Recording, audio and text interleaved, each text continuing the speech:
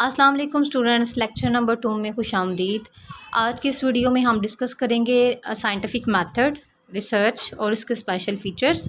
और इसमें science basically क्या है, साइंस की इसकी साइंटिफिक मेथड की लास्ट लेक्चर में हमने पढ़ा कि रिसर्च जो है बेसिकली यहाँ पे कि रिसर्च जो है वो मैथडोलॉजीज़ डेवलप करती है। तो आज हम वो मैथडोलॉजीज़ बेसिकली डिस्कस करेंगे कि साइंस हम रिसर्च कर रहे हैं, उसमें साइंस का क्या रोल है और इसमें कौन से मेथड्स बेसिकली कौन कौन सी मैथडोलॉजीज़ हैं जो हम एक रिसर्च परफॉर्म करने के लिए यूज़ करेंगे। सो लेट्स स्टार्टिंग में फर्स्ट लाइन में कह रहा है कि रिसर्च प्रोड्यूस करती है नॉलेज। अब ये नॉलेज जो है ये किसी प्रॉब्लम का सोल्यूशन भी हो सकता है या फिर ये जनरेट करेगा नई थ्योरीज, प्रिंसिपल्स और लॉज।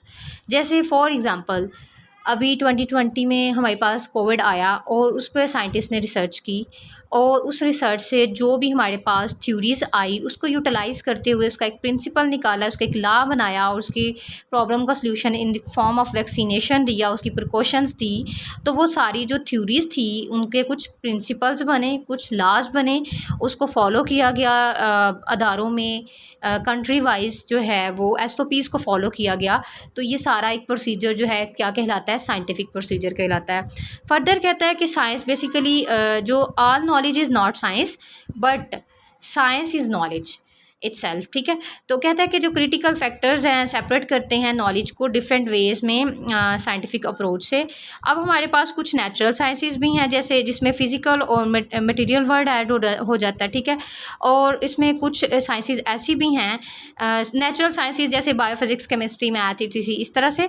उसके बाद कुछ ऐसी साइंसेस भी हैं जो वहाँ पे beliefs, behaviour, interaction, attitude, institutions वगैरह सो फोर्थ इनको स्टडी किया जाता है। ऐसी साइंसेस सॉफ्ट साइंसेस कहलाती हैं। यहाँ पे difference between the natural sciences and soft sciences में पूछा जा सकता है कि सॉफ्ट साइंसेस कौन सी हैं, या उसको डिफाइन किया जाए या may be in the MCQs में ये क्वेश्चन पूछा जाए तो काइंडली इसको डू हाईलाइट। उसके बाद साइंस बेसिकली क्या है, science is a way to produce knowledge. अब कहते हैं सिंपली साइंस बेस करती है ट्रूथ पर और यूनिवर्सल एटम्स पे कि जो एग्जैक्टली एग्जिस्ट कर रहा है और उसके पीछे एक लॉजिक है, एक रीज़न है, इसका एक प्रूफ मिल सके हमें। जैसे हम कहते हैं ज़मीन गोल है तो क्या इसका कोई साइंटिफिक प्रूफ है और साइंटिस्ट ने उसको प्रूफ किया तो देन हम कहते हैं कि ठीक है भाई ये एक साइंटिफिक बात थी, एक साइंटिफिक नॉलेज है हमारे पास। अच्छा, दूसरे लफ्ज़ों में कहता है कि साइंटिफिक मेथड जो है साइंस एक प्रोसीजर है टू प्रोड्यूस द नॉलेज जिसमें हमारे पास यूनिवर्सल प्रिंसिपल्स आ जाते हैं, लॉज आ जाते हैं, थ्योरीज आ जाती हैं। वही बात दोबारा हो रही है और कहता है कि इसमें हम क्या करते हैं बेसिकली चीज़ों को ऑब्ज़र्व करते हैं। साइंस स्टार्ट ही ऑब्जर्वेशन से होती है, फिर री ऑब्ज़र्व करते हैं और इसके लिए हम यूज़ करते हैं सेंसरी एक्सपीरियंसेस अपने स्टडीज़ करने के लिए। इसको हम कहते हैं sensory experience for the study of the phenomena. इसको ऑब्ज़र्व करने के लिए इस फिनोमेना को हम क्या करते हैं, हम अपने सेंसेस यूज़ करते हैं, 5 सेंसेस। और ये तमाम नॉर्मल इंसान जो हैं वो 5 सेंसेस रखते हैं तो वो इसको यूज़ करेंगे ऑब्जर्वेशन के लिए। फिर अपने ही फिनोमेना को वो रिपीट कर सकते हैं सेवरल टाइम्स जब उनको लगता है कि मे बी पहली दफ़ा गलत हो गया या मे बी उसको कुछ उसने नया ऑब्ज़र्व किया साइंटिस्ट ने, तो उसने उसको दोबारा से उसकी ऑब्जर्वेशन करने की कोशिश की किसी भी प्रोसीजर की। रिसर्चर्स जो हैं ये एक्यूरेट और डेफिनेट जो हैं फाइंडिंग्स के बारे में अपने के बारे में वो श्योर होते हैं बेसिकली, और जब वो श्योर नहीं होते तो वो बार बार जो है वो री ऑब्जर्वेशंस करते हैं। ये री ऑब्जर्वेशन जो है may be same researcher repeat कर रहा है और मे बी कोई अदर प्रोफेशनल या अदर पर्सन जो है वो भी इसको डिफरेंट टाइम पे डिफरेंट प्लेस पे परफॉर्म कर रहा है। फॉर एग्जांपल वही इसी में जो हमने एग्जांपल ली कोविड की, तो जैसे चाइना में स्टार्ट हुआ तो उसने चाइना के साइंटिस्ट ने कोई रिसर्च पब्लिश की, उसको दुनिया ने देखा, उसके बाद यूरोप में, USA में, UK में, पाकिस्तान में, इंडिया में डिफरेंट साइंटिस्ट जो है इस चीज़ में जुट गए और उन्होंने भी सब ने जो है अपनी अपनी रिसर्चेज़, अपनी अपनी स्टडीज़ जो हैं वो करना शुरू कर दी और उन थ्योरीज़ को किसी ने गलत साबित करने की कोशिश की, किसी ने सही साबित करने की कोशिश की। तो मतलब यह है कि डिफरेंट लोगों ने सेम टाइम पे और डिफरेंट टाइम पे डिफरेंट जगहों पर जो है अपनी ऑब्जर्वेशन को जो है वो किया और अपनी थ्योरीज जो थी वो अपनी अपनी दी और फिर उसके नतीजे में उन्होंने क्या किया, एक सोल्यूशन दिया इस प्रॉब्लम का। तो कहते हैं रिपीट करने से ऑब्जर्वेशंस को डेफिनेट टाइम्स में जो है वो रिसर्चर जिनका एक माइंडसेट होता है कि वो एक डेफिनेट और पॉजिटिव फाइंडिंग्स निकालेंगे। लाइक पॉजिटिव फाइंडिंग यहाँ से कोविड में क्या थी कि उसका सोल्यूशन कि किस तरह से हम इस बीमारी से बच सकते हैं उसको जो है वो निकालेंगे। तो इस तरह का जो इंसान है वो पर्सन जो यहाँ पे देखें those who want to be definite and the positive often referred as the positivist. उस बंदे को, उस पर्सन को हम क्या कहेंगे? पॉजिटिविस्ट कहेंगे। इस फिनोमिना को हम कहेंगे पॉजिटिविज्म। और कहता है कि ये रिसर्चर जो है बेसिकली ये अपनी फाइंडिंग्स को छोटे छोटे टुकड़ों में बना के नहीं छोड़ देते कि यानी आज मैंने शुरू की 2 महीने बाद फिर शुरू करूँगा, नहीं, बल्कि ये एक प्रोसेस होता है जो कि ऑर्गेनाइज्ड होता है, सिस्टमेटिक होता है बेसिकली। और ये जो इसका एक जो नॉलेज है वो एक एग्जिस्टिंग बॉडी का नॉलेज होता है, उसको कंप्लीट जो है वो एक्सप्लेन भी करता है और ये फर्दर नॉलेज ग्रो भी करता है। अगेन वही बात कि चाइना के जो रिसर्चर्स थे उन्होंने जो बात की, उन्होंने जो नॉलेज दिया फर्दर यूनिवर्स ने या बाकी दुनिया ने भी जो है उसमें अपना हिस्सा डाला और अपना अपना नॉलेज जो है वो सब ने दिया। कहते हैं all this procedure for the creation of knowledge is called scientific method. ये तमाम प्रोसीजर जो हमने नॉलेज क्रिएट करने के लिए किया, यानी डिफरेंट साइंटिस्ट ने ऑब्जर्वेशंस की, री ऑब्जर्वेशन की, फिनोमेनास को स्टडी किया और यूनिवर्सल लॉज दिए, तो ये सारे जो हैं इन्होंने मिलकर हमारे पास क्या किया? एक साइंटिफिक मेथड दे दिया। तो ये साइंटिफिक मेथड जो है ये मे बी साइंटिफिक नॉलेज के तौर पर भी देखा जा सके। इस तरीके से जो है नॉलेज प्रोड्यूस करेगी साइंस, और साइंस जो है वो नॉलेज प्रोड्यूस कर सकती है सिस्टम के लिए, या फिर सिस्टम जो है वो साइंस के लिए नॉलेज प्रोड्यूस कर सकता है। तो कहता है कि डिफरेंट तरह के जो हमारे पास साइंसेस आ जाती हैं, जैसे कि नेचुरल, फिजिकल और ह्यूमन साइंसेस हैं, तो उनको डील करने के लिए क्या एक ही तरह का साइंटिफिक मैथड यूज़ होगा या फिर डिफरेंट मैथड्स यूज़ होंगे? तो हमारे पास यहाँ पे 7 मैथड्स हैं: empirical, verifiable, cumulative, deterministic, ethical and ideologically neutral, statistical generalisation है और रैशनलिज्म है। ये 7 तरह के मेथड हैं जिसको हम लोग डिफरेंट जगह पे यूज़ करेंगे अकॉर्डिंग टू द सिचुएशन। और ये इम्पोर्टेंट है। अभी रिसेंटली जो कुछ बच्चों के पेपर्स हो रहे हैं तो उनमें जो है वो इस तरह की स्टेटमेंट्स दी होती हैं कि लाइक शानजे को एक सिनेरियो दिया है और उसने रिसर्च करनी है, तो वो कौन सा मेथड यूज़ करेंगी। तो उसमें वर्ड एक आंसर है आपका, लेकिन अब आपने उस सिचुएशन को अंडरस्टैंड करते हुए उस फिनोमिना को वहाँ पे इम्प्लाई करना है कि कौन से वाले फिनोमिना के अकॉर्डिंग जो है वो रिसर्च करेंगी अपनी परफॉर्म। क्योंकि ये डिफरेंट है ना, तो सबका मेथड डिफरेंट होगा साइंस के लिहाज से और उनके परफॉर्मेंस के लिहाज से। सबसे पहले एम्पिरिकल है, इसमें देखें कहता है कि ये कंसर्न करती है realities observe through the sensory experience के थ्रू हम इसमें से नॉलेज लेते हैं, ऑब्जर्वेशंस करते हैं। इसमें जो है realities which can not be observe directly, जिसमें जो रिसर्चर्स जो हैं डायरेक्टली नहीं ऑब्जर्व कर सकते, तो उसके लिए वो एक प्रॉपर मेथड यूज़ करेंगे और उसमें हम लोग जो है सेंसरी एक्सपीरियंसेस करेंगे डायरेक्टली या इनडायरेक्टली।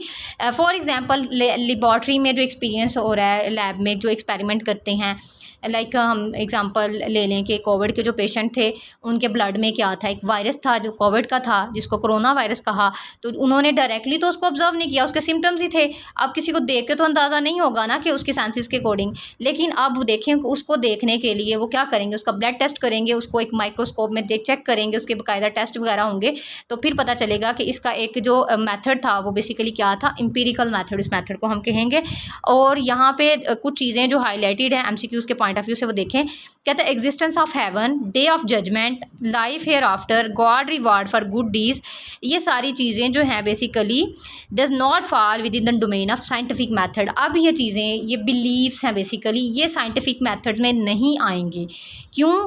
क्योंकि ये बेसिकली इनकी कोई लॉजिक नहीं है, साइंटिस्ट इसको प्रूफ नहीं कर पा रहे।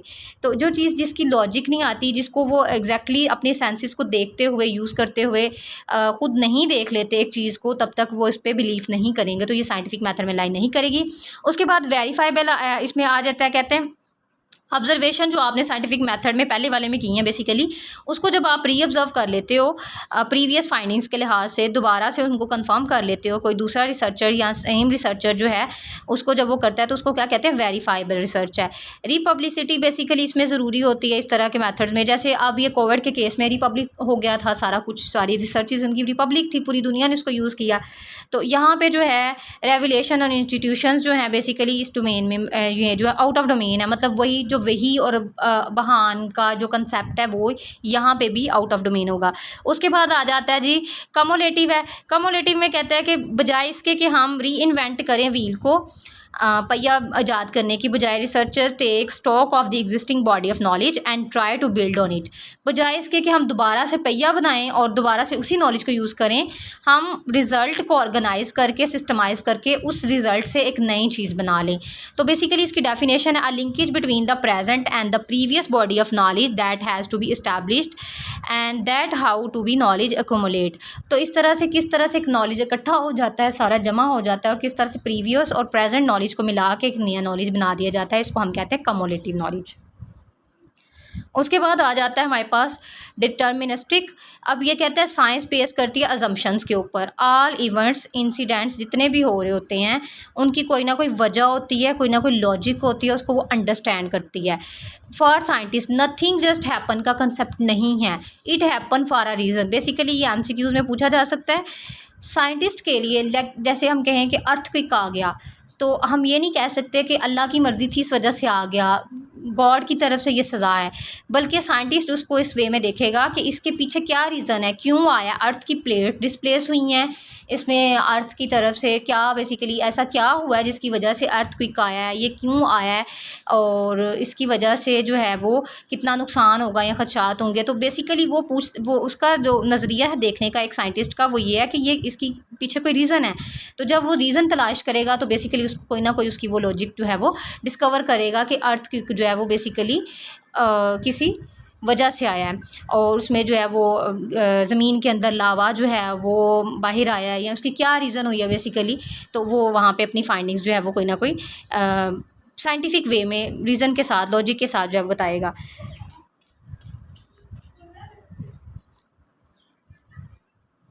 ओके कहता है बेसिकली ये अपनी काजेज़ बताता है। बेसिकली यहाँ पे researcher try to narrow down the number of the reason in such a way that, ताकि एक्शन जो है वो लिया जा सके।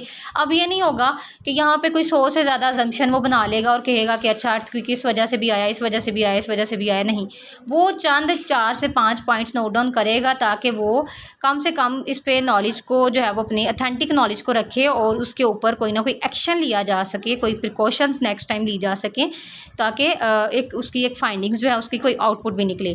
उसके बाद नंबर 5 पे आ जाता है एथिकल और आइडियोलॉजिकली न्यूट्रलिटी।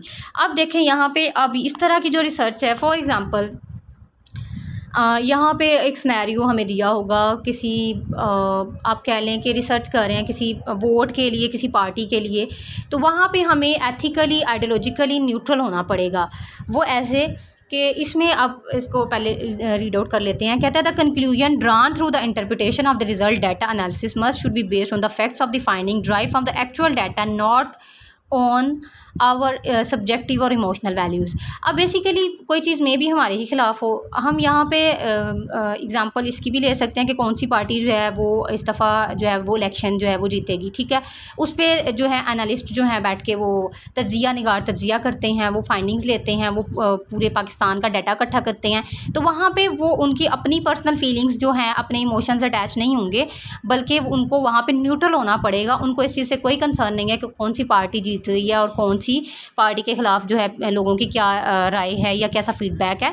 तो बेसिकली उन्होंने क्या करना है, उन्होंने वो जो डाटा कलेक्ट किया है अपना, उनका कंसर्न सिर्फ उस हद तक है, ठीक है।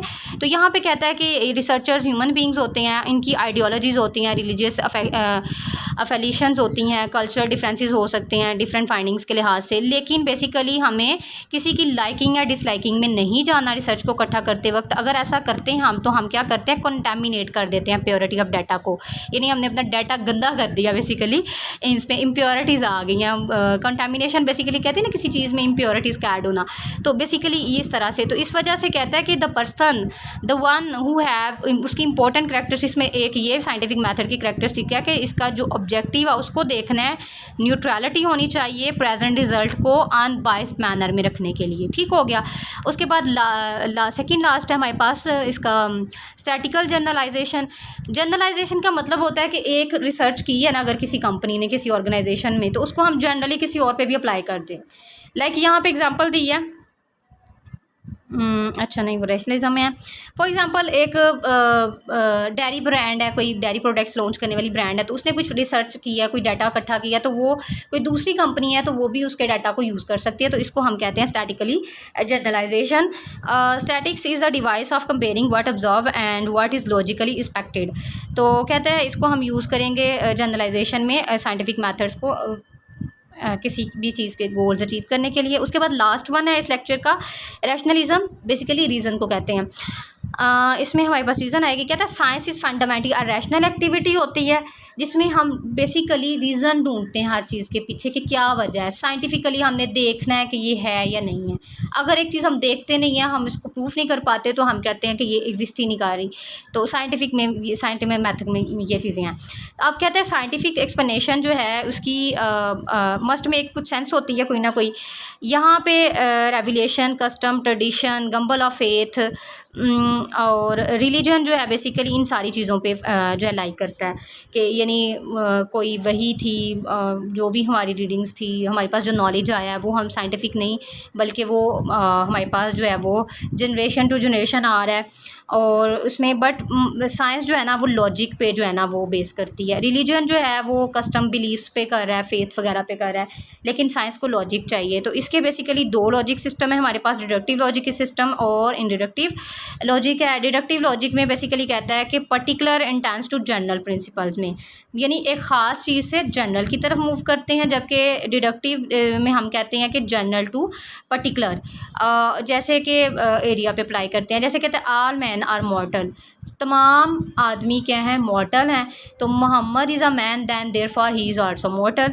तो यहाँ पे हमने क्या किया, आल मैन मॉर्टल हैं, सारे जनरल्स की बात कर ली, सारी जनरलाइज कर दिया ना हमने सारे मैंस को, ठीक है। तो मोहम्मद जो था ये पर्टिकुलर चीज़ है, तो ये भी एक आदमी है तो वो भी मॉर्टल होगा। तो ये हमने जनरल टू पर्टिकुलर या स्पेसिफिक जो है अपनी इसमें डिडक्टिव में दे दी।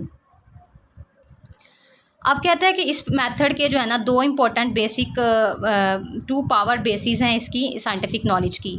ये एमसीक्यूज़ में पूछा जा सकता है, how many power basis of scientific method. So there are the two, इसमें एम्पायरिज्म और रेशनलिज्म है। ये जो है बेस करता है सेंसरी एक्सपीरियंसेस और ऑब्जर्वेशंस पे, जैसे नंबर 1 में हमने किया।